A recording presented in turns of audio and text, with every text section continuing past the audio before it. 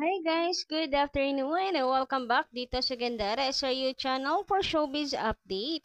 Andito na naman nga po akong muli nagbabalik ang nagmamaganda ninyong kachismosang Kim Pao. Wala na pong iba si Gandara upang maghatid sa inyo ng latest update and fresh happenings patungkol kay Kim Chiu and Paolo Avellino. And para nga sa hapong ito, well medyo umaga pa naman pero baka hapon nyo na kasi mapanood. Ang update natin ay patungkol nga dito sa paghihiwalay hiwalay. Ang tawag dito, yung hindi nakasama minsan si Kimi sa pagja-jogging ni Paolo Avellino. So baka daw kasi may tampuhan ng Kim Pao at syempre tungkol sa pagiging missing in action ng dalawa. So ano nga ba talagang meron? Sa Kim Pao pag-usapan natin yan. Kahit medyo late tayo ngayon dahil nga sa alam nyo naman yung mga pinagdadaanan natin sa buhay. Meron din tayong mga personal na bagay na inaasikaso. So pagpasensyahan nyo na guys. Basta babawi tayo pagdating po ng movie ng Kim Pao. Anyway, bago ang lahat, bago natin talakayin ang mga yan sa mga hindi pa nakaka-subscribe dito sa ating channel, maari lamang na pindutin ninyo ang subscribe button at notification bell na nakalagay sa baba para magi updated ka at ma-notify ka tuwing may bago tayong chika at balita hinggil sa Kim Pao. Basta mga balita na may kinalaman kay Kim Chiu and Paolo Avellino, sagot na natin yan. So, dito muna tayo sa mga nakakakilig na update. Lalo na po sa event ng Kim Pao. So, for sure, hanggang ngayon ay lunod na lunod pa rin kayo't nanonood. Pustahan tayo bago ka pumunta dito. O baka pagising mo ng umaga. Bukod sa wallpaper mo ang Kim Pao, manonood ka na naman ng mga videos ng Kim Pao. Yung mga re-upload sa ating mga kapwa Kim Pao fans sa mga ganap ni Kim and Paolo sa Valenzuela. Hoy, thank you so much guys sa mga Team Valenzuelas dyan live na nanood sa Kim Pao. Grabe, kita nyo yung tao. Dinumog talaga ng mga tao ang Kim Pao. As in, kaya hindi ako magtataka na talagang tatabo talaga to sa Takilya. Malaki po talaga kikitain ng movie na to. Maraming maraming salamat po ha sa inyo pong pagsuporta. Alam ko naman na marami pa rin sa inyong hindi makaget over. So, puyat na kagabi, abay ngayon, pinipilit pa rin. Pa 1,000 times nyo naman na siguro pinapanood yan. Hoy, maawa kayo sa cellphone niya. Maawa kayo sa video. RIP na po talaga sa replay button. Grabe yung kaka-replay na yan. Sabihin naman na replay, bakit ba nauso pa ako? Bakit ba naibenta pa ako? Ay, ang bugbog sarado ako, lalo na sa mga Kim Pao fan eh. Bentang-benta eh. Lalo na yung katapangan ni Paolo Avellino. Abaw talaga namang suko, ang chinita. Princess niya. Kasi naman si Pao, abay game na game talaga. And gustong gusto natin yan. Pao, ituloy mo na kasi ang kiss na yan. Ituloy mo, ituloy mo, ituloy mo. Charot. Alam natin hindi type, hindi sila, ano ba tawag? Hindi nila type, hindi ganyang tao. Wala? Hindi ganyang tipong tao ang Kim Pao.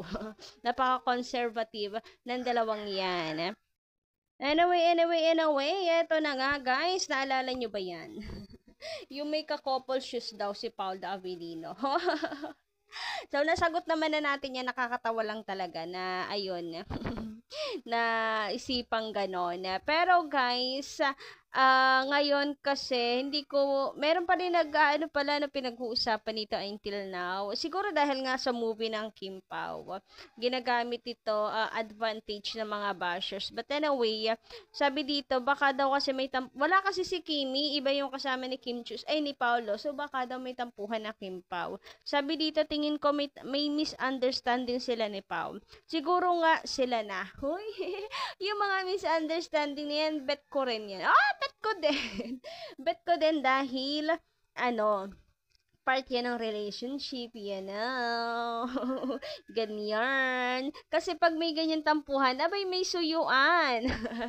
Imposibleng walang suyuan. So, ngayon pa lang nai-imagine ko, babe, sorry na, babe. Bilahan na lang kita ng ano. Ang lande, agandara. Ang OA, apaka-OA. Anyway, eto pa. Kala nyo ano nyo ako dyan sa, mababad trip nyo ako dyan sa tampuhan-tampuhan na yan, ha? Anyway, eto sabi pa dit, ganon. Kaya ganon si Kim.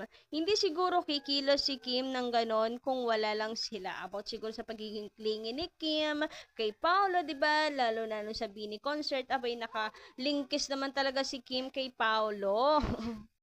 At hindi rin papayagan ni Pao yung ganon kung hindi niya gusto. Palagay ko, hinahayaan ni Pao si Kim kasi pag siya yung ganon, baka mag-comment naman ng nagte-take advantage naman siya kay Kim. Well, oo nga, no? Siguro yung ano lang, mga mga ewang tao lang magsasabi kasi si Paula Avellino magte-take advantage. Hoy, napaka marespeto niya sa mga babae. Kung sa bagay, lagi nami-misinterpret si Paula as suplado, as bad boy kasi yung look nga ni Paolo, bad boy, bad boy. Napaka seryoso naman kasi. Pao ngiti-ngiti din. Kung sa bagay, hindi lang ngiti ngayon na nagagawa ni Paolo, abay ngiti, abot tenga na talaga, labas ang kanyang mga ipin. Just because of Kim. Anyway, sabi naman dito ni L'Oreal de la Cruz, si Kim may photoshoot nung Sunday kaya hindi nakasama. Ay grabe naman mga basher, malasyoso talaga.